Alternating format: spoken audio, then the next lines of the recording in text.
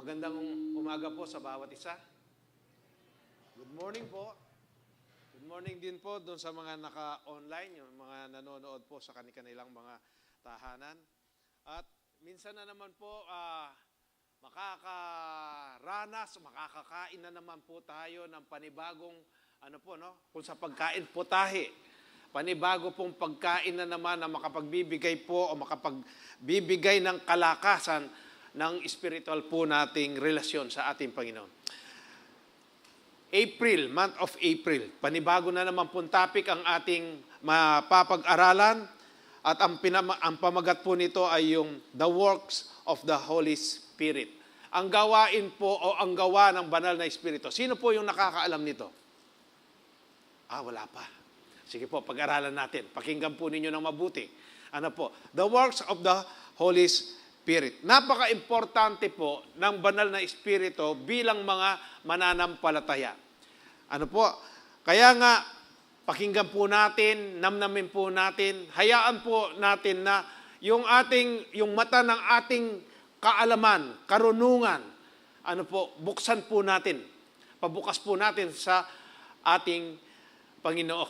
Ganon din po yung mata ng puso po natin upang lahat ng mga naririnig po natin, na pag-aaralan natin, dito po dumidiretso sa puso natin.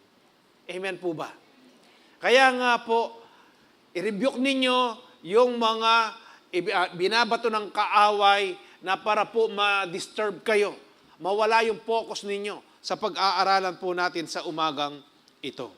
Kaya nga po, yung pag-aaralan natin ngayon ay pinamagatan pong the regenerating work of the Holy Spirit. Regenerating. Sino ho ba ang banal na Espiritu? Sino po nakakakilala? Sino po yung alam niya kung sino ang banal na Espiritu? Who is the Holy Spirit? Dito po, makibabasa po ninyo, dito sa malaking screen po natin, the Holy Spirit is the third person of the Trinity. Tama po ba? Siya po yung ikatlo na persona sa Trinidad. Trinity. This means the Holy Spirit is God. Ang Holy Spirit po, ang banal na Espiritu ay Diyos. Sino po naniniwala? Co-equal. Parehas po yan. Hindi sila magkakaiba. With God, the Father, and the God, the Son, and is of the same essence. God the Father, God the Son, God the Holy Spirit are distinct from one another in terms of their personal relationship. Tandaan po natin, isa lang po ang Diyos. 3 persona. Pero hindi magkakaaway po yan. Iisa lang po yan. Sino po ang naniniwala? Totoo po na napakahirap unawain, intindihin po, isang Diyos pero 3 persona.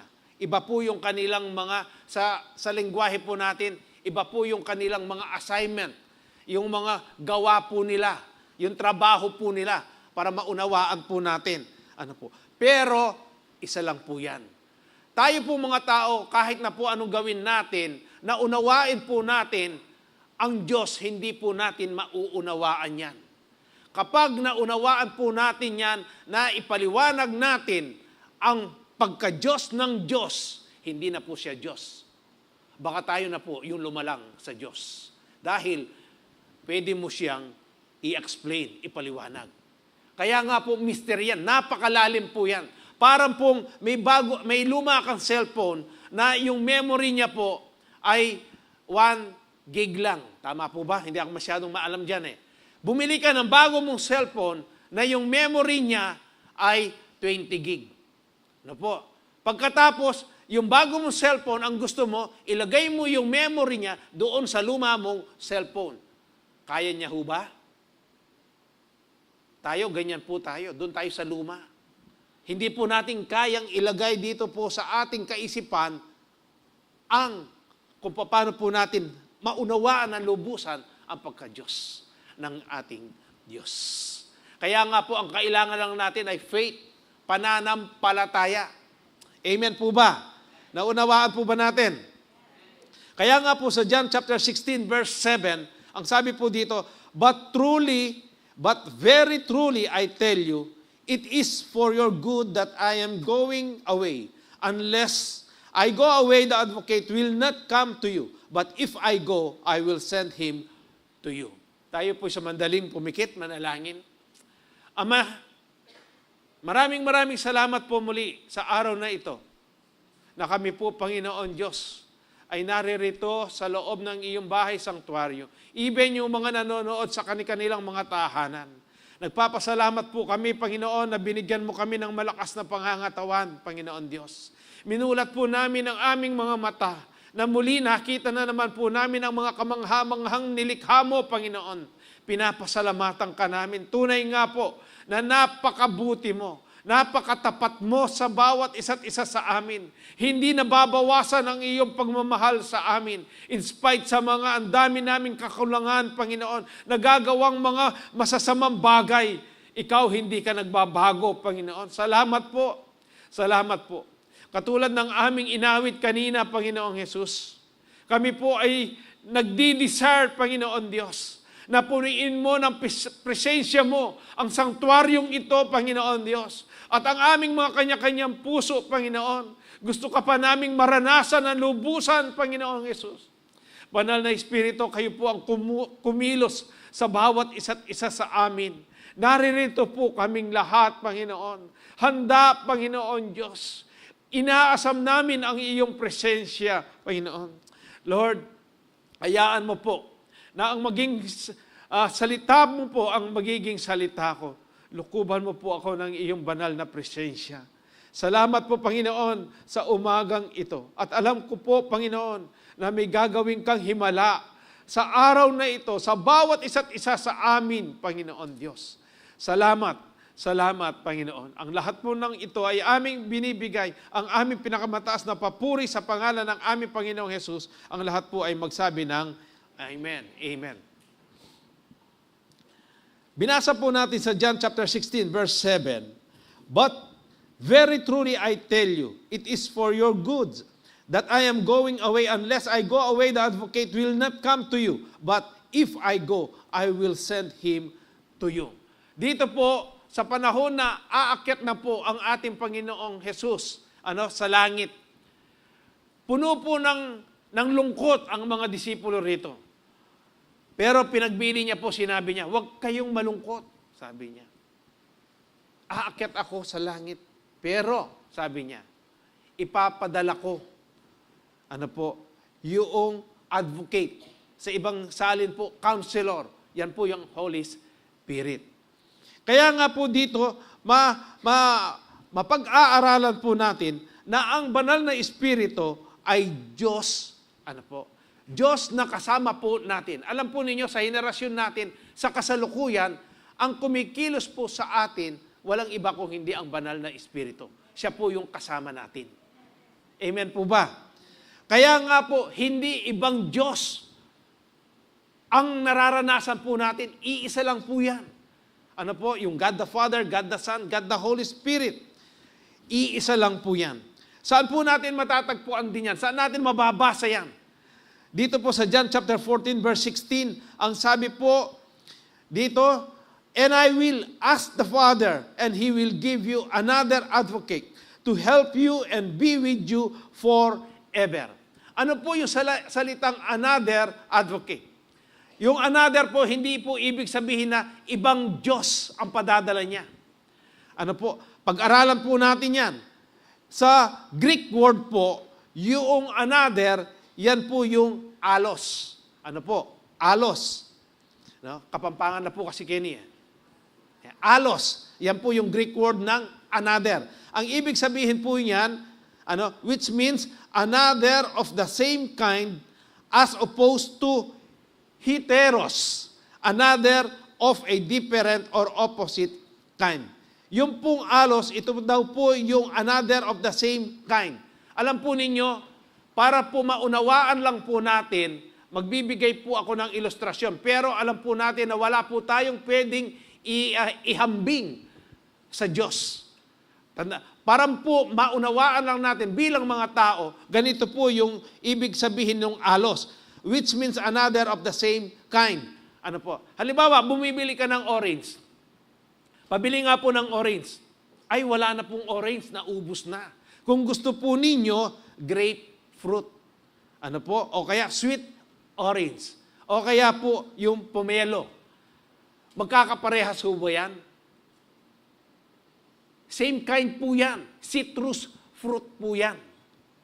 Naunawaan po natin. Ano po? Para lang para maintindihan po natin. Ano po? Yan po yung alos. Kasi yung orange, hindi ba citrus fruit po yan?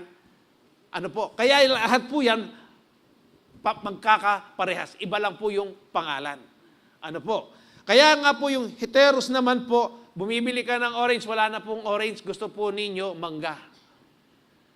Ano po? Naunawaan po natin. Ano po? Kaya nga po, yung another dyan, hindi po ibang Diyos. Siya pa rin po. Ang Holy Spirit, Diyos pa rin po. Ano po? Kaya nga, dito po, unawain pa po rin natin ano yung advocate naman po dito. Yung advocate po, sa Greek word, ay parakletos. Parakletos, ang ibig sabihin niyan, yan po yung counselor, intercessor, helper, one who encourages and comforts. That is comforter. Ano po, in the New Testament, it refers exclusively to the Holy Spirit and to Jesus Christ. Yan po yung advocate.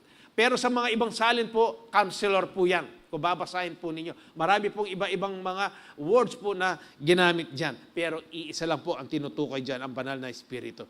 The Holy Spirit is also called the Spirit of Jesus Christ. Aliwanin naman po ata yan, Pastor. Hindi po, pag-aralan po natin.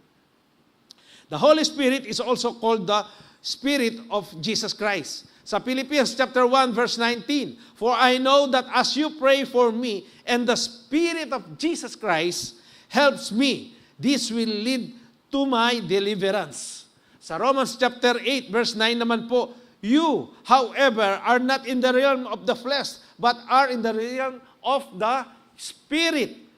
If indeed the Spirit of God lives in you, and if anyone does not have the Spirit of Christ, they do not belong to Christ. Another verse po, Galatians chapter 4 verse 6, because you are His sons, God sent the Spirit of His Son, into our hearts, the Spirit who calls out, Abba, Father.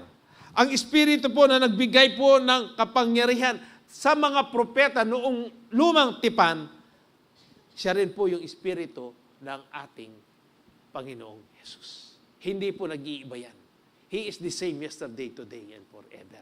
Yung Diyos po noon ng mga sa lumang tipan, ng mga propeta, hanggang ngayon po, yan pa rin po yung Diyos natin. Hindi po nagbago. Amen po ba? Sa 1 Peter chapter 1 verse 10 up to 11, this salvation was something even the prophets, ito po yung sinasabi ko sa inyo, wanted to know more about when they prophesied about this gracious salvation prepared for you. They wondered what time or situation the Spirit of Christ within them was talking about when He told them in advance about Christ's suffering and His great glory afterward. The regenerating work of the Holy Spirit. Yan po yung nagagawa ng banal na Espiritu. Pag-aralan pa po natin sa Titus chapter 3 verse 4 up to 7. But when the goodness and loving kindness of God our Savior appeared, He saved us, not because of works done by us in righteousness, but according to His own mercy, by the washing of regeneration and renewal of the Holy Spirit, whom He poured out on us richly through Jesus Christ our Savior, so that being justified by His grace, we might become heirs according to the hope of eternal life. By the washing of regeneration and renewal of the Holy Spirit. Tandaan po natin, ang ating kaligtasan po ay hindi base sa nagagawa o ginagawa po natin ng mga mabubuting bagay. Amen po ba? Naunawaan po natin. yang mga mabubuting bagay na nagagawa po natin, yan po ay produkto ng salvation po natin. Yung mga ibang tao po na hindi nila nauunawaan yung kilos, yung gawain o yung gawa po ng banal na Espiritu, akala nila kapag gumagawa sila ng mabuti, nagbibigay po sila ng malalaking halaga sa bahay-sambahan o saan man pong mga organisasyon, akala nila maliligtas po sila. Hindi po sila maliligtas. Maliwanag po ba? Po. Kaya gumagawa tayo ng mabuti dahil yan po ay itinuturo ayon sa salita ng Diyos. Tulungan, mahalin natin ang ating mga kapwa. Tulungan mo yung nangangailangan. Bakit ka pinagpapala? Para ikaw ay maging daluyan ng pagpapala, para ikaw ay makatulong. Malinaw po ba? Kaya nga po, dito, laliman pa natin. Yung pag-aaral po natin sa regeneration. Ano ba yung ibig sabihin ng regenerate? Yung adjective po niyan, spiritually reborn or renewed or converted. Formed or created again. Restored to a better, higher, or more worthy state. Yung verb naman po niyan, to cause to be reborn spiritually. Tayo po ay reborn. Hindi po physically kung hindi spiritually. Yung espiritu po natin. Amen po ba? Mamaya po, laliman po natin yan. To form completely in ways of thinking and behaving. To generate or produce again, especially to replace a lost or damaged body part by a new growth of tissue. To give new life, to revive. Nabuhay na muli. Yung pong iba, hindi ko nababasahin, napakarami po para hindi po maubos ang oras. Yung pong salitang, sa Greek naman po, yung regenerate, ito po yung palingenesia. Hindi ko po alam kung tama yung pronunciation ko dito. Ang ibig pong sabihin yan, renewal, revert, regeneration. Kaya nga sa Tagalog po, pinapagbagong buhay, pagbabagong buhay, magpabagong buhay, mabuhay na muli, tumubong muli, buhaying muli, bigyan ng bagong buhay. Yan po yung ibig sabihin ng regenerate or regeneration. Kaya nga po, dito makikita po natin, but when the goodness and loving kindness of God our Savior appeared, He saved us not because of work done by us in righteousness. Wala naman po tayong mabuting gawa kung hindi dahil lang sa ating Panginoon. But according to His own mercy, by the washing of regeneration and renewal of the Holy Spirit. Kaya po dito makikita natin, ang kumikilos po sa atin sa kasalukuyan, walang iba kung hindi ang banal na Espiritu. Kanina pong nag-praise and worship po tayo. Nag-worship po tayo. Nadama ho ba ninyo ang gawa ng banal na Espiritu? Napakasarap po. Yung sabi nga po ng leader natin, si Brother AJ, yung dating pumasok ka dito, nanlulupay-pay ka, pero noong talagang nadama mo na ang banal na Espiritu, umawit ka na, bigla kang lumakas. Binigyan ka ng kalakasan ng banal na Espiritu. Kaya nga pag nandito kayo, pag nasa loob na kayo, dapat daig po natin yung boses po ng mga worship team. Kahit na po pakalakas-lakas po ng technician, yung mga boses ng mga worship team, dapat daigin po nga natin Ay, ang dami natin Amen po ba? Dapat mapuno ito. Dapat yung kalakasan po, yung pong empowerment ng banal na Espiritu, maranasan po ng bawat isa't isa sa atin, mailabas natin. Maipamuhay po natin. Amen po ba? Kaya sa susunod, dapat daigin po natin yung mga worship team sa pag-awit, kahit na may microphone pa sila. Amen. Kaya nga po, ito yung nabibigay po o nagagawa ng banal na Espiritu po sa atin. The regenerating work of the Holy Spirit gave us, life in the Spirit by being born again. Buhay, buhay po yung naipagkakaloob nito. Yung ma-born again po tayo sa banal na Espiritu. Ano po yung sinasabi ng Ephesians chapter 2 verse 1? As for you, Para sa inyo, para sa atin. You were dead in your transgressions and sins. Ano ho ba yung ibig sabihin na you were dead dito? Tayo ba ay namatay physically sa laman na ito? Hindi po. Patay tayo saan? Spiritual po. Yung espiritu po natin. Kaya po namatay ang espiritu po natin dahil sa kasalanan. Malinaw po dyan. In your transgression and sins. Ang ibig po sabihin niya namatay ka dyan, nahiwalay ka ngayon. Hiwalay ka ngayon. Wala ka ng koneksyon. Kaya nga, as for you, you were dead in your transgression and sins. Ang ating pong espiritu, magbuhat po nung tayo ay nagkasala, naging rebellious po sa Diyos, namatay po yan, naputol po yung ating koneksyon. Kaya ang ibig sabihin niyan, talagang hiwalay ka ngayon sa Diyos. Subalit, alam po ninyo, sa labis, sobra-sobra pagmamahal ng Diyos. Siya pa yung gumawa ng paraan para tayo, hindi tayo tuluyan na dumiretso sa impyerno. Sa pamamagitan po ng ating Panginoong Hesus. Sa pamamagitan po na napako siya diyan sa krus na yan. Napako, namatay para magkaroon po ng kapatawaran ang mga kasalanan natin. Yan po yung pagmamahal ng Diyos. Kaya nga po dito, makikita natin na ang banal na Espiritu, yan ang kumikilos po sa atin, sa araw-araw, sa panahon po natin ito. Sa Colossians chapter 2, verse 13, ano po ang sabi? You were dead because of your sins. Naunawaan ho ba ninyo ito? Namatay tayo dahil sa ating mga kasalanan. And because your sinful nature was not yet cut away. Dahil yung pong mga makasalanan nating, yung laman po natin, yung nature po natin, ay hindi pa napuputol, ano po ang ginawa ng Diyos? Then God made you alive with Christ. Amen po ba? Hindi ba ho ninyo pwedeng bigyan ng papuri ang ating Panginoon? Ano ang sabi dito?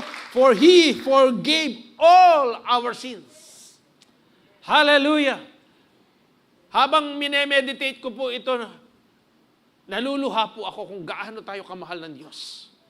Lamarantana, balasubastana, naririnig po natin yung mga words na yan. Pero totoo po yan. Sino ang hindi naging lamaran dito? Sino ang hindi naging balasubas? Kapag sinabi mong ikaw hindi, yan na yung pagkabalasubas mo. Pero mahal na mahal tayo ng Diyos. Then God made you alive with Christ. Dahil doon sa ginawa ni Kristo, sa krus ng Kalbaryo po, yan o yung pagmamahal. Pinatawad tayo sa lahat ng ating mga kasalanan. Sa Ephesians chapter 2, verse 4 to 5, but God is so rich in mercy. Hallelujah.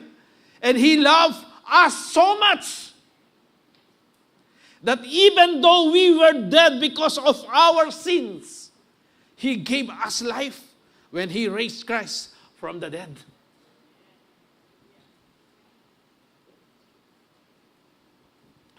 Ganyan niya po tayo kamahal. Kaya po yung banal na Espiritu, hindi siya humihinto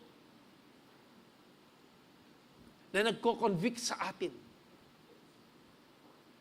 na nagbibigay po ng paalala sa atin, lalo na kapag gumagawa na tayo ng hindi maganda.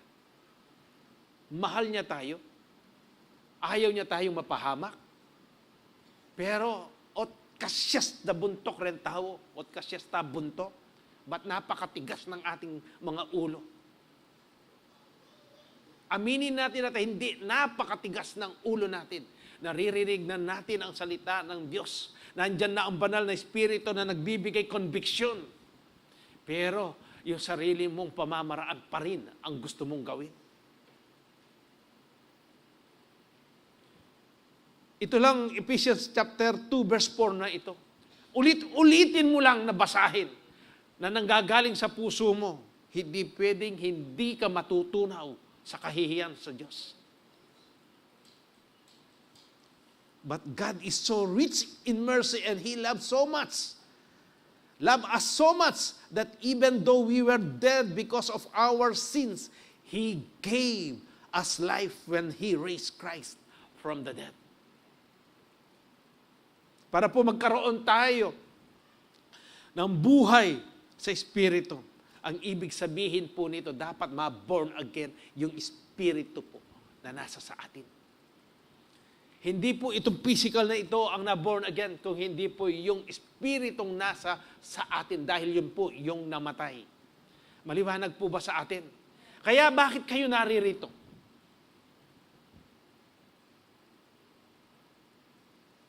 Dahil po sa gawa ng banal na Espiritu sa inyong mga puso. Sa bawat isa't isa po sa atin.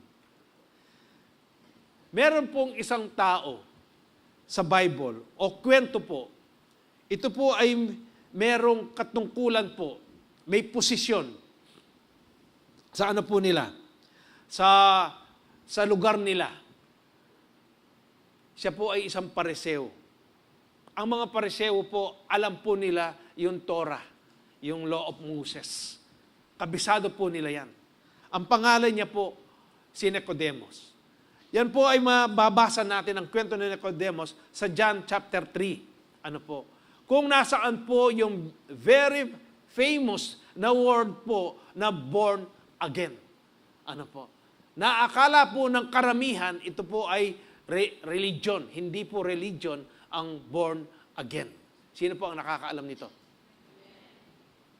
Tinatawag po tayong born again dahil sa ginawa po ng banal na Espiritu sa atin. Yung regeneration. Ano po? Kaya nga po dito, narinig po, nakita ni Nicodemus kung ano po yung mga himala, kung ano yung mga pagtuturo ng ating Panginoong Jesus. Kaya nga po, pinuntahan niya isang gabi. Gabi po niya pinuntahan si Jesus. Dahil ayaw niyang makita siya ng mga kasamahan niya o ng mga tao. Kaya noong kaharap na niya po ang ating Panginoong Jesus, meron po siyang mga katanungan. Ano po? Yung katanungan niya nga naman, tingnan po natin dito sa verse 3. Jesus replied, sinagot po siya ng Diyos, very truly I tell you, no one can see the kingdom of God unless they are born again. Nagtanong po si Nicodemus, sabi niya sa verse 4, how can someone be born when they are old? Totoo naman po, sa pag-iisip ng tao, paano nga naman na ang isang tao na matanda na, na ipapanganak na muli ng kanyang ina. Ang ibig bang sabihin nito, papasok ka muli sa sinapupunan ng iyong ina? Ano po ang sagot? Ano po? Yung tanong po ni Nicodemus asked, surely they cannot enter a second time into their mother's womb to be born. Jesus answered, very truly I tell you, no one can enter the kingdom of God unless they are born of water and the Spirit. Doon po sa una, sa verse 3, napansin po ba ninyo? Ang sabi po ng ating Panginoong Jesus, no one can see the kingdom. Ano po? No one can see. Walang makakakita. Ano po? Doon naman po sa pangalawa, doon sa verse 5, ang sabi niya, very truly I tell you, no one can enter. Kaya nga po, pag nagbabasa po tayo ng mga salita po ng ating, wag po natin binibilisan. Dahan-dahanin po natin para makita po natin ano yung mga pagkakaiba. Ano ba yung sinasabi dito? Bakit ba nasabi ito? Nakukuha po ninyo? Ano po?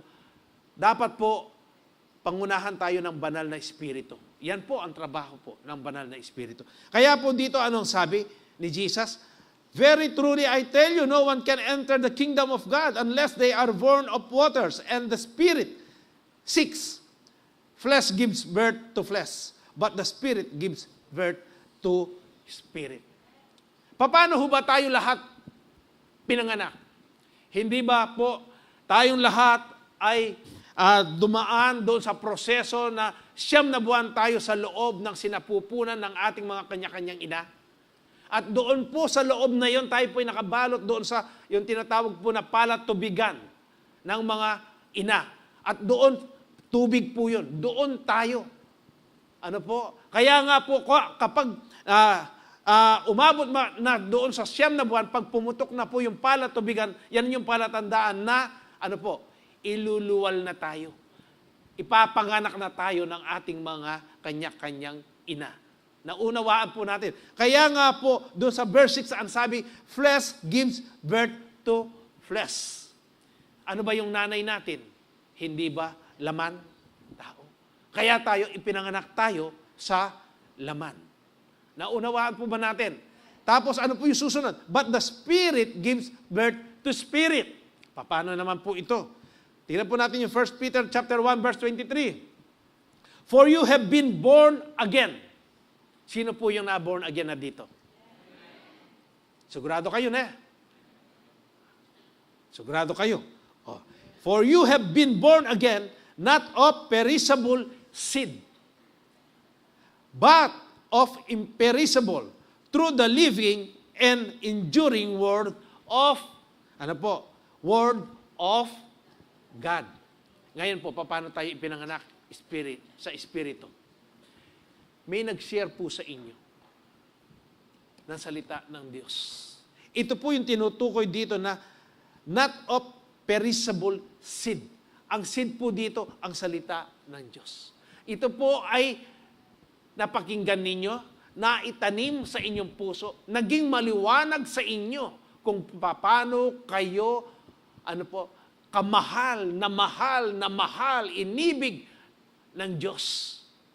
Yan po yung salita ng Diyos. Yan po yung seed. Kaya nga, tayong lahat, through the living and enduring word of God, na born again tayo. Naunawaan po natin.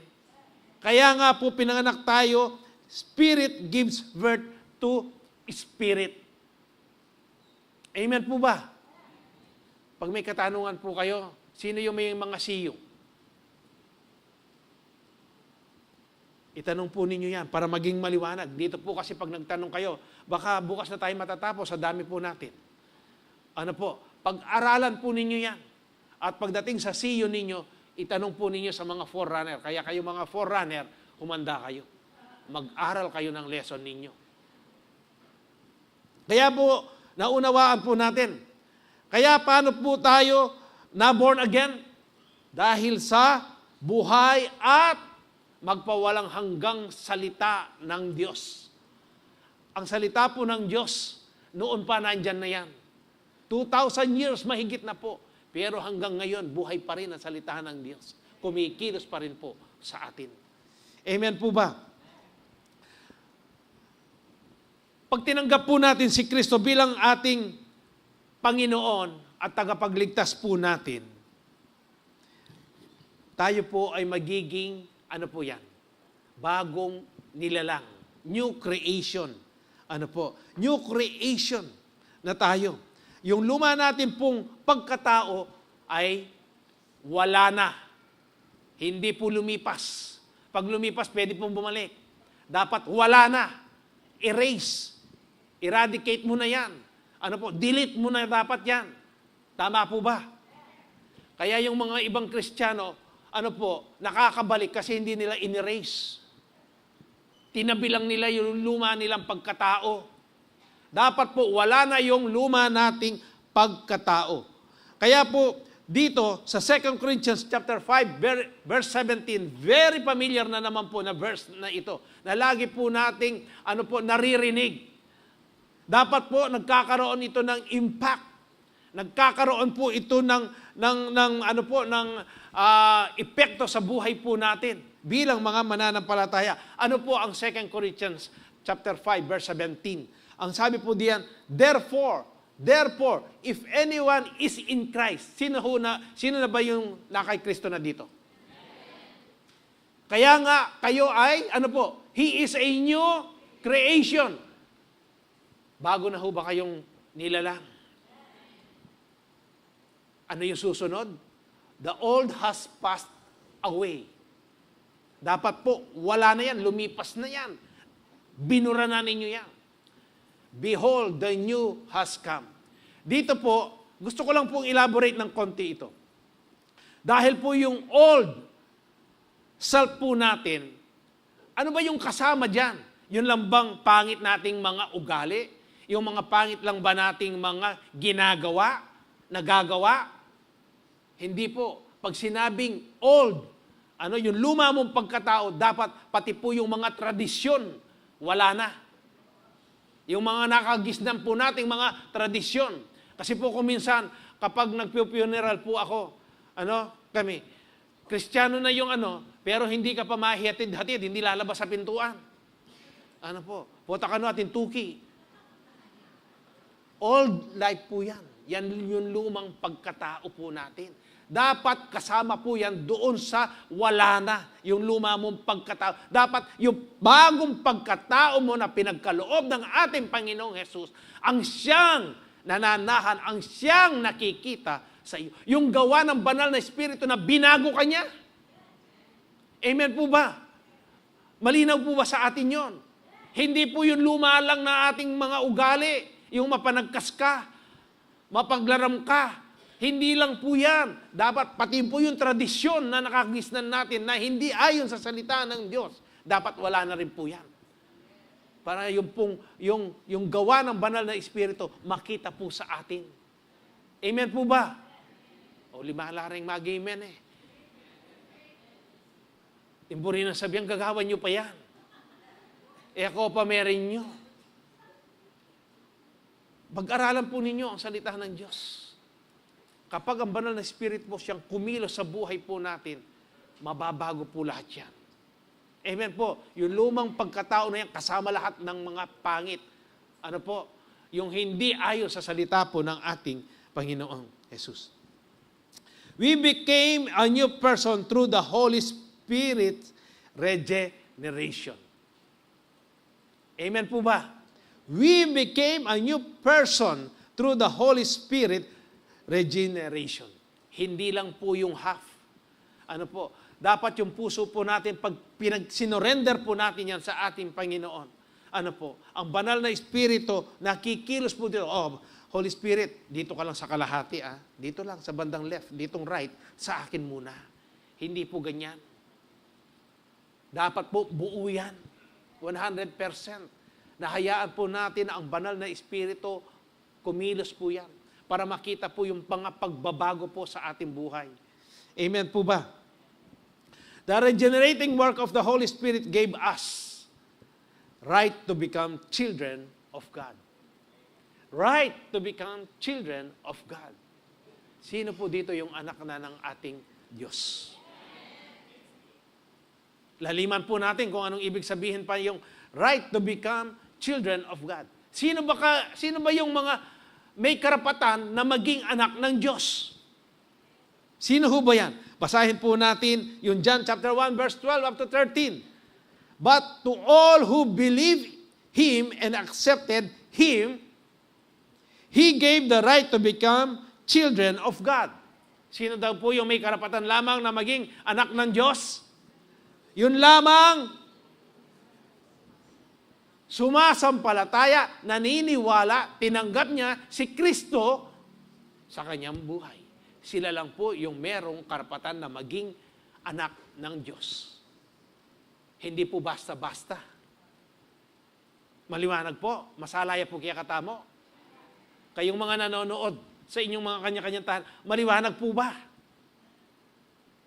Hindi mo pumupunta ka dito sa loob ng sanctuaryo ng Calvary Temple, anak ka na ng Diyos. Hindi po. Yan po yung sinasabi. Ayan po. But to all who believe in Him and accepted Him, He gave the right to become the children of God. Verse 13, they are reborn. Pinanganak sila muli. May born again la. May born again niya in spiritura. Amen po ba? Not with a physical birth resulting from human passion or plan, but a birth that comes from God. Paano tayo ipinanganak na muli? Saan ang galing yan? Galing po yan sa Diyos. Dahil kung tayo po, Kahit na sabihin natin, pumasok ka muli sa sinapupunan ng ina mo, pag lumabas ka, yan pa rin yung ugali mo. Ang Diyos lang po, ang banal na Espiritu lang po, ang pwedeng magbago sa atin. Para ma-born again po tayo. Wala na pong iba. Amen po. Maliwanag po ba? Sa 1 John chapter 5 verse 1, everyone who believes that Jesus is the Christ has become a child of God. Parang may amen. Naunawaan ho ba natin ito? Ang sabi po, everyone who believes that Jesus is the Christ has become a child of God. Basahin ko po sa Tagalog. 1 John, 1 John chapter 5 verse 1. Ang bawat sumasampalataya na si Jesus ang siyang Kristo ay anak ng Diyos, at ang sino mang umiibig sa Ama ay umiibig din sa anak. Sila lang po ang pwedeng may karapatan na maging anak ng Diyos. Malinaw yan po kaya katamo. Baka sa atin po, hindi po natin na pinapaniwalaan na si Jesus ay Diyos. Aba, hindi ka pa anak ng Diyos. Dahil yung mga hindi po naniniwala na si Jesus ay Diyos, may condemn no rin. May paniwalan na i-Jesus, Diyos siya. Kaya po rin ang aliwang religion. Impyerno no pumunta rin. Paniwalan na Jesus, Diyos siya. Kaya po dito, yung mga may karapatan lamang na tawagin o maging anak ng Diyos, yun lang pong sumasampalataya. Kanino? Kay Jesus. Yun lang tumanggap bilang tagapagligtas niya. Sino? Si Jesus. Sila lang po ang may karapatang maging anak ng Diyos. Malinaw po ba sa atin? Naging malinaw po ba sa atin? Kaya mamaya po, bago tayo matapos, kung hindi pa ninyo tinanggap si Kristo bilang sarili ninyong tagapagligtas, at hindi pa kayo sumasampalataya na si Jesus ay Diyos, gawin po ninyo mamaya. Tanggapin po ninyo ang ating Panginoong Jesus bilang sarili ninyong tagapagligtas. Sa mga bisita po natin, alam ko po, first time ninyong marinig ito. Pero, ang dalangin ko po, na maging malinaw sa inyo. Dahil po, kung hindi tayo mag-aaral, magbabasa ng salita ng Diyos, hindi natin lubusan ito mauunawaan. Napakasarap po, nabasahin mo. At habang binabasa mo yan, pinapaunawa sa iyo ng banal na Espiritu. Yung katotohanan. Kaya po dito, hindi po namin sariling mga salita yan. Kaya nga po, napakalaki ng screen natin dito. Para makita ninyo saan namin kinuha. Yung mga sinasabi po namin na kung sino lamang yung may karapatan na maging anak ng Diyos. Maliwanag po sa inyo, nakasulat po dyan. Kung may Bible po kayo, balikan po ninyo uli yan. Basahin po ninyo. Kaya pa po ang sabi ng salita ng Diyos? Dito po sa Romans chapter 8 verse 17, kung sino po yung pwede lamang na maging anak po ng Diyos.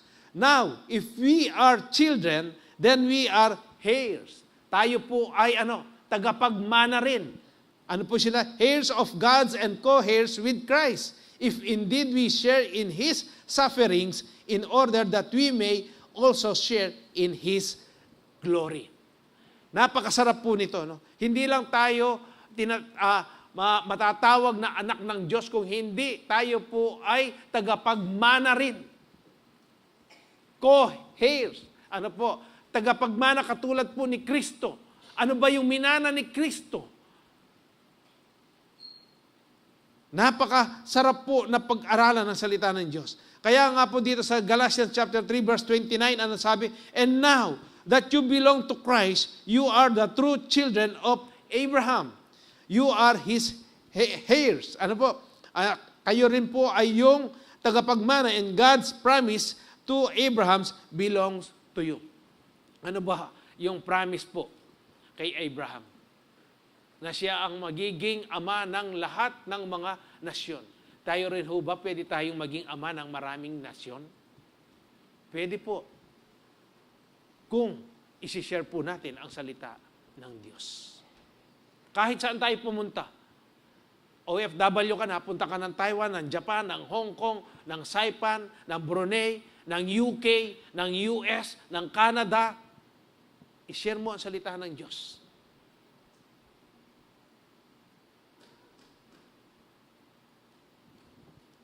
Ano pa po ang sabi ng Galatians chapter 3 verse 9? So those who rely on faith are blessed along with Abraham, the man of faith. Si Abraham po, yung faith niya, kung ano po yung ipinangako, sinabi sa kanya ng ating Diyos, na magkakaanak pa sila. Magiging tatay, magiging ama, siya ng napakaraming nasyon.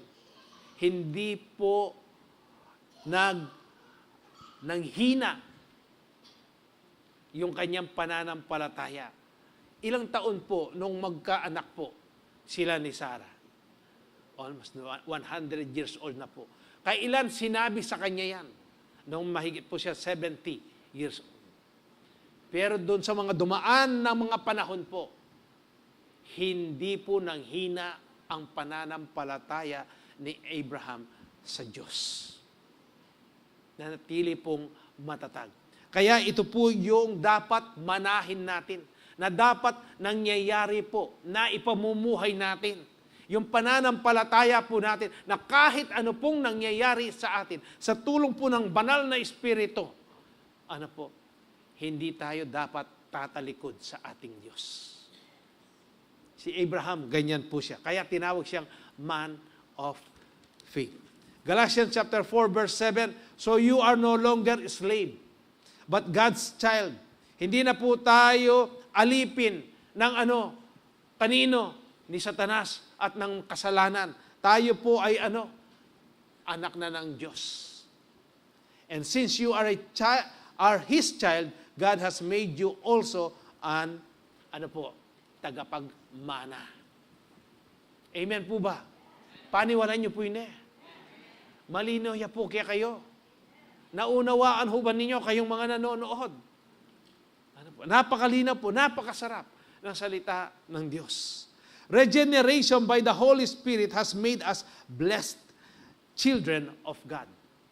Regeneration, yung pagbabagong buhay po, kung paano tayo binago, ng Diyos, ng banal na Espiritu. Napaka-bless po natin. Pinagpala po talaga tayo. Amen. The regenerating work of the Holy Spirit gave us power and authority of Jesus. Alam po ninyo, ito pong power and authority, itong kapangyarihan at yung kapamahalaan po, na binigay po sa atin, ito po yung laging ninanakaw ng kaaway sa atin. Pagmasdan po ninyo, i-analyze po ninyo yung buhay ninyo bilang Kristiyano, mananampalataya. Pag dumadaan po kayo sa anumang uri ng problema at ng pagsubok, ano ang ginagawa po natin madalas? Gumagawa tayo ng pamamaraan po natin. Yung sarili natin pamamaraan. Nananakaw ka agad ng kaaway yan. Yung power and authority na galing po kay Jesus. Pag-aralan po natin, ano ba yung power and authority na yan? Sa Ephesians chapter 2 verse 6, for He raised us from the dead along with Christ and seated us with Him in the heavenly realms because we are reunited with Christ Jesus. Yung regenerating power po ng banal na Espiritu na namuhay po o binuhay niya muli, ang ating Panginoong Jesus, yan po yung bumuhay din sa atin. Yung Espiritu po natin na patay. Amen. Na si Jesus po, ang sabi po dito sa binasa natin, for He raised us from the dead along with Christ and seated us with Him. Seated us with Him. Ang ating Panginoong Jesus, nakaupo na po doon, sa trono, sa langit. Sabi po dyan, seated us with Him, kasama tayo. Kahit na nandito pa tayo sa lupa. Ano po ang sabi? Heavenly realm, because we are united. Bakit? Dahil kaisa po tayo. Ano sabi diyan? With Christ Jesus. Naunawaan po natin. Para pong confused yata tayo. Ano po? Pero yan po yung sinasabi sa salita po ng ating Panginoon. Hindi po natin pwedeng pahindian yan. Yan po yung totoo. Kung tayo pong lahat naniniwala tayo na ang Bible ay salita po ng Diyos. Ito po yung final words na atin pong sinasabi sa inyo na magbibigay po ng katotohanan. Kaya nga, dito po natin makikita kung gaano po yung kapangyarihan na pinagkaloob po sa atin o yung kapamahalaan na pinagkaloob po sa atin. Ephesians chapter 1 verse 18 to 23, I pray that the eyes of your heart may be enlightened. Sabi niya. Ang sabi po dito, dumadalangin ako, pinapanalangin ko, nawa yung mata ng inyong puso ay maliwanagan, in order that you may know the hope to which He has called you, the riches of His glorious inheritance in His holy people. Verse 19, and His incomparably great power for us, who believe that power is the same as the mighty strength He exerted when He raised Christ from the dead and seated Him at His right hand in the heavenly realms. For above all rules and authority, power and dominion, and every name that is invoked, not only in the present age, but also in the one to come. And God placed all things under His feet, and appointed Him to be head over everything for the church, which is His body, the fullness of Him who fills everything in every way. Sa Tagalog po, basahin ko sa Tagalog. Ephesians chapter 1, verse 18 to 23. Naway liwanagan ng Diyos ang inyong mga puso upang malaman ninyo ang pag-asa na para doon ay tinawag niya kayo. Saan po kayo tinawag? Doon sa pag-asa na hindi patay, kung hindi buhay. Bakit? Kanino ba kayo nananalig? Kaya yan po yung sinasabi. Tinawag niya kayo. Kung gaano kasagana ang pagpapalang inilaan niya para sa kanyang mga banal, at kung ano ang di masukat niyang kapangyarihan na kumikilos sa atin na mga nananalig sa Kanya. Ang dakilang kapangyarihang ding iyon ang muling bumuhay kay Kristo. Sino po yung tinutukoy na bumuhay na muli kay Kristo dito? Walang iba po kung hindi yung banal na Espiritu, ang Holy Spirit. Kaya nga po, kapag may karamdaman, may nagpapapanalangin po sa inyo, huwag na po kayong tumawag ng pastor. Dahil po, yung banal na Espiritu na nasa sa amin, ay yan din po yung banal na Espiritu na nasa sa inyo. Pwede po ninyong ipag-pray yan. Amen po ba? Kaya nga dapat maging maliwanag sa atin po. Ano yung kilos ng banal na Espiritu sa atin? Hindi po kami mas makapangyarihan kesa sa inyo. Kung tinanggap po ninyo bilang tagapagligtas ninyo ang ating Panginoong Hesus. Ano po? Panginoon ng buhay ninyo, ang banal na Espiritu na yan, na nasa sa amin, ay nasa sa inyo rin po. Kaya nga yung power and authority, meron po tayo. Hindi ba yung Luke 10:19? God has given us the authority to trample on snakes and scorpions. Ang Diyos po, pinagkalooban niya tayo ng kapamahalaan para lupigin, lamukutin, tapak-tapakan. Sino po? Yung trample on snakes and scorpions, yan po yung si Satanas at ang kanyang mga kampo na demonyo. And to overcome all the power of the enemy. Mas makapangyarihan po tayo sa kanya. Talunan na po yan talo na yan. Kaya tayo natatalo, kaya tayo ay nakakagawa pa ng masama. Tapos sasabihin natin, mga born again na tayo, pero sinasadya pa natin yung paggawa ng masama. Bakit? Kasi pinapayagan ninyong kumilos si Satanas at ang kanyang kampo na demonyo sa buhay ninyo. Kaya nakakakilos po sila sa inyo, sa atin.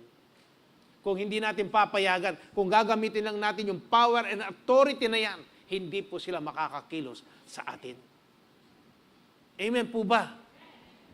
Ano pa po, ituloy ko sa verse 20. Ang muling bumuhay kay Kristo at nag-upo sa Kanya sa kanan ng Diyos sa kalangitan. Mula roon ay namumuno si Kristo sa lahat ng paghahari, kapamahalaan, kapangyarihan at pamunuan sa kalangitan. Higit na dakila ang Kanyang pangalan kaysa sa lahat.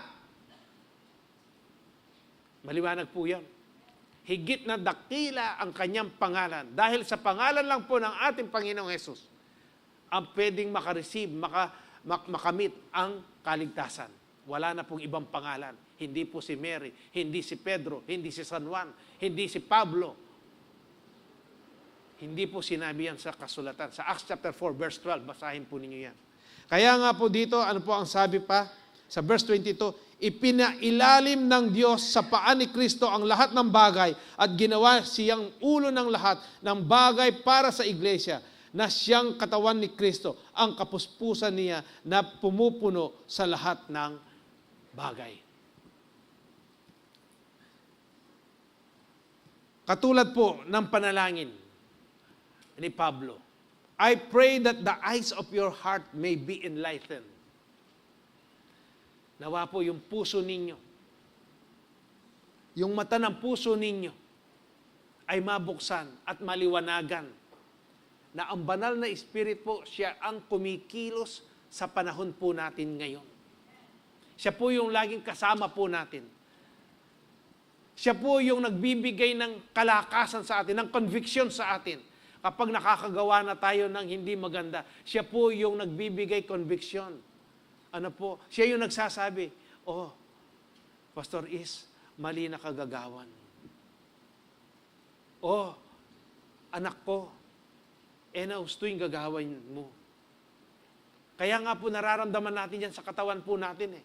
Lalo na po pag alam na natin ang salita ng Diyos. Napakalakas po niyan. Ang banal na Espiritu, siya po yung nagbibigay ng conviction sa atin. Nagpapaalala sa atin. Because we have the tremendous power of Christ in us, we can go anywhere without fear to proclaim the good news about Jesus. Dahil po dyan sa kapangyarihan, sa kapamahalaan na atin pong taglay, kahit na saan po tayo pumunta, dapat po wala tayong takot na ipahayag po ang salita ng Diyos. Naranasan na ho ba ninyo yon? Na kahit nagsishare kayo, kahit na may sumisigaw, ako po naranasan ko na yon. Habang nagsishare po ako, meron po sumisigaw, tabaluke ka. Tabaluke ka. Laging ganun lang po yung sinisigaw sa akin, binabalik po. Pero, balo mo Brad, kaluguranan ka pa mo rin ng Diyos, ng Ginoo. Hindi po natin pwedeng suklayan ng init ng ulo. Yung mga kasama ko noon, naririnig po nila, ang gusto pala nila noon, kunin na nila yung tao, ilabas nila, at saka daw nilang pagsusuntukin. Yung gagawan ito. Era akit kaya katamo yung lugod na ni Kristo. Kristo po, maski na nung gewara kaya, po ginanting matsura. Kapag nasa sa iyo ang banal na Espiritu, hindi mo maiisipan, hindi ka makakapag-isip ng gumanti ng pangit. Kung hindi po, kung ano yung karakter ni Jesus. Yung pagmamahal, yung pag-ibig, pang-unawa, pagpapatawad. Napakasarap po niyan. Because we have the tremendous power of Christ in us, we can go anywhere without fear to proclaim the good news about Jesus. Sa Matthew chapter 28, verse 18 to 20, then Jesus came to them and said, all authority in heaven and on earth has been given to me. Therefore, go and make disciples of all nations. Sabi po ng ating Panginoong Jesus sa kanyang mga disipulo, baptizing them in the name of the Father and of the Son and of the Holy Spirit, and teaching them to obey everything I have commanded you, and surely I am with you always to the very end of the age. Sino po yung makakasama natin dito? Walang iba po kung hindi ang banal na Espiritu po. Kaya nga po, dapat maging matapang po tayo. Matapang po tayo. Kung noong hindi pa po tayo na born again, hindi pa natin nararanasan yung banal, ang pagkilos ng banal na Espiritu sa atin, nakatamong katapang. Nepo, lalo na po itang gagawa kang matsura, itang mayabang ka. Nepo, agagawa mo ito. Dapat ngening akilala me. Ngayong nakilala mo ang ating Panginoong Hesukristo, kung ano yung pwede niyang gawin sa iyo, kung anong pwedeng gawin ng banal na Espiritu sa iyo, na yung luma mong pagkatao, pwede niyang baguhin yan. Pwede niyang palitan doon sa kaaya-aya sa ating Diyos. Kaya nga po, pag tinawag kayo ng born again, ipagmaragulyo. Ipagmalaki po ninyo. Dahil kayo ay bagong nilalang, kayo ay anak ng Diyos na buhay, kayo ay merong kapangyarihan, meron kayong kapamahalaan para labanan ang mga gawaing masasama. Meron kayong kapamahalaan para ipahiwatig po, i-share ninyo ang salita po ng ating Panginoon. Ano ba ang ginawa ng Diyos sa inyo? Paano ba yung born again? I-explain po ninyo yun. Ipaliwanag ninyo yan sa inyong mga kaibigan. Pag nagtanong po sila, bakit may karagul mo pa manaliwangin? Bakit ang laki ng pagkakaiba mo ngayon? Dati, ikaw yung nagyayayang uminom. Ngayon, ayaw mo na. Para kang traffic enforcer na, ayaw mo. Alina ako, brad. Alina ako. Yung isa po naming CEO, ganyan eh. Bab, sabi raw. Minumtahan na. Alina ako, man. Bala mo, traffic enforcer kang ini. Sabi nila. O tatraffic ka, o papara ka, hana. Ingkay na. Ali kasi, hana. Na ako miminom. Yung bang nalaman niya po, natutunan niya, na ang katawan na ito ay tahanan ng banal na Espiritu. At binago na siya ng ating Panginoon. May born again na po. Kaya ngayon, traffic enforcer niya. Alina ako. Alina ako. Ingkay. Nakuha mo ba ninyo? Kung paano po kumilos ang banal na Espiritu sa isang tao, at kung paano po magmamanifest yan, makikita po yung gawa ng banal na Espiritu sa buhay ng isang tao. Kaya nga po, napakasarap po yung ma-born again ka.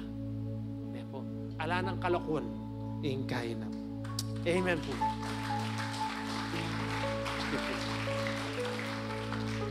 Mag-review na po tayo. The regenerating work of the Holy Spirit, life in the Spirit by being born again. Right to become children of God. Power and authority of Jesus. Last verse po, yung 1 John chapter 3 verse 9 to 10. No one who is born of God will continue to sin. Maliwanag po ba? No one who is born of God will continue to sin because God's seed remains in them. Wala po na ipinanganak na muli, na magpapatuloy po na gumagawa ng kasalanan o sinasadya niyang gumawa ng kasalanan. Iba po yung hindi mo sinasadya na nakagawa ka ng kasalanan. Halimbawa, nagmamaneho. Sino po yung mga driver? Driver ng motor, driver ng four-wheel. Dalawa lang po kami. Manalangin kayong ating sakyan. Halimbawa, nagda-drive ka, biglang may nag-cut sa iyo. Ngayon po, mahilig yung mga nagka-cut eh. Nabubulaga ka na lang sa harapan mo. Biglang may motor. Hindi ho ba, mabibigla ka, may masasabi ka na hindi maganda, pero born again ka na. Ano ang sabi mo? Lord, sorry po. Nabigla po ako. Pagkatapos, bibigkas? Lord, ingatan niya po itang tao nga ito. Yan yung binago ng banal na Espiritu. Pero nung ka born again, naninggawan mo, kinatna ka, businan mo, yung masika na dire-diretso, panagalan mo pa. Buklat mo pa yung awang po, tangatagal mo. Pag nahabol mo, sasabihan mo pa. Hindi ka pa kontento nun. Giliran mo pa. Deta rin nga born again. Kita mong born again, tama ka niyan. Hindi tayo ganyan. Tayong mga binago ng banal na Espiritu, yung banal na Espiritu nasa sa iyo, kapag kinat ka, hallelujah, Lord, salamat po. Iningatan mo po. Ingatan niya naman po. Yung tao ngayon. Kintutuki po, gisingan niyang maranon, bagay pumamalagwa.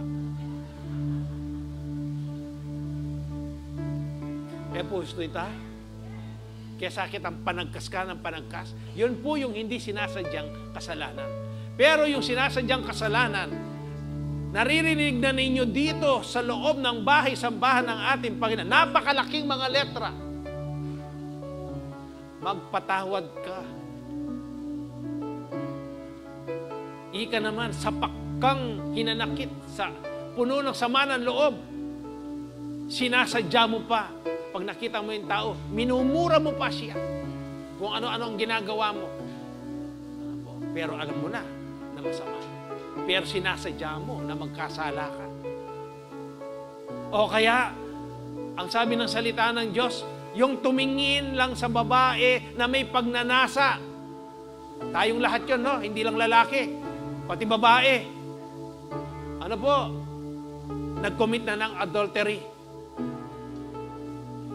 Bakit kami lang bang lalaki ang may pagnanasa? Lahat tayo. Sinasadya mo na yung ginagawa mo. Kaya po dito, ano sabi? No one who is born of God will continue to sin. Hindi ka na dapat. Hindi mo na dapat sinasadya yung paggawa ng kasalanan na yan. Kung ano man yung ginagawa mo sa kasalukuyan, isuko mo sa Diyos yan. Hayaan mo na ang banal na Espiritu ang kumilos sa iyo sa sandaling ito. Because God's seed remains in them. Ano yung seed na yan? Yung salita. Yung salitang narinig mo ngayon sa umagang ito, yan yung binhi na natanim sa puso mo, kapatid. They cannot go on sinning. Dapat hindi ka na magkakasala. Hindi ko po sinasabi na hindi na tayo magkakasala. Yung sinabi ko po sa inyo, binigay ko na ilustrasyon, yung hindi mo na sinasadya. Nepo, kesa doon sa pinaplanuhan mo pa. Because they have been born of God. This is how we know who the children of God. Dito po natin malalaman kung sino talaga yung mga anak ng Diyos are and who the children of the devil are. Ngayon, alam ninyo niyan sa sarili ninyo. Kanino kayo anak? Sa Diyos o kay Satanas? Kung nagpapatuloy kang gumagawa ng kasalanan na alam mo palang mali yan, anak ka ni Satanas, hindi ka anak ng Diyos. Maliwanag po ba? Nakasulat po yan. Binabasa ko lang po at pinapaliwanag ko po sa inyo. Anyone who does not do what is right is not God's child. Nor is anyone who does not love their brother and sister. Maliwanag po ba? Kaya nga yung meron po kayong mga hinanakit pa sa inyong mga kapatid, isuko na po ninyo sa Panginoon sa oras na ito, sa araw na ito. Dahil hindi kayo kailanman magiging anak ng Diyos. Maliwanag po ba ang salita ng Diyos? Pag sinabi ng Diyos, magpatawad ka na, kapatid. Dahil ikaw rin ang mahihirapan. Tataas ang high blood mo, brad, sister. Ikaw ang magpapahirap sa sarili mo. Pero sa salita po ng Diyos, yung gawa, yung kilos ng banal na Espiritu, pag sinabi, i-release mo na yan, brad, sister, i-release niya po. Magkakaroon po ng kapahingahan ng katawan mo, magkakaroon ng kapayapaan. Ito po yung sabi ng salita ng Diyos. Uulitin ko po, babasahin ko po ang verse na ito na 1 John chapter 3 verse 9 to 10. No one who is born of God will continue to sin because God's seed remains in them. They cannot go on sinning because they have been born of God. This is how we know who the children of God are and who the children of the devil are. Anyone who does not do what is right is not God's child. Nor is anyone who does not love their brother and sister. Amen po. Gusto po niyo basahin ko sa Tagalog para lalo pa nating makuha, maunawaan? Ano po ang sabi?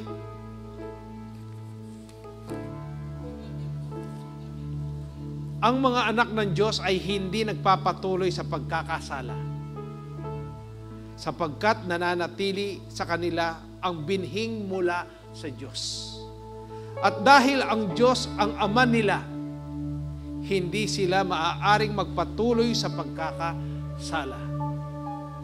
Dito natin makikilala kung sino ang mga anak ng Diyos at kung sino ang mga anak ng dyablo. Ang sino mang hindi gumagawa ng ayon sa kalooban ng Diyos at hindi umiibig sa kanyang kapatid ay hindi anak ng Diyos. True born-again Christians will always obey God's will. True, ang totoong nagbagong buhay na Kristiyano ay palaging susunod sa kalooban ng Diyos. Amen po. Ngayon po, malinaw po ba sa atin kung ano ang gawain ng banal na Espiritu sa bawat isa't isa po sa atin? Huwag po nating kalilimutan na ang laging kasama po natin ngayon ang banal na Espiritu.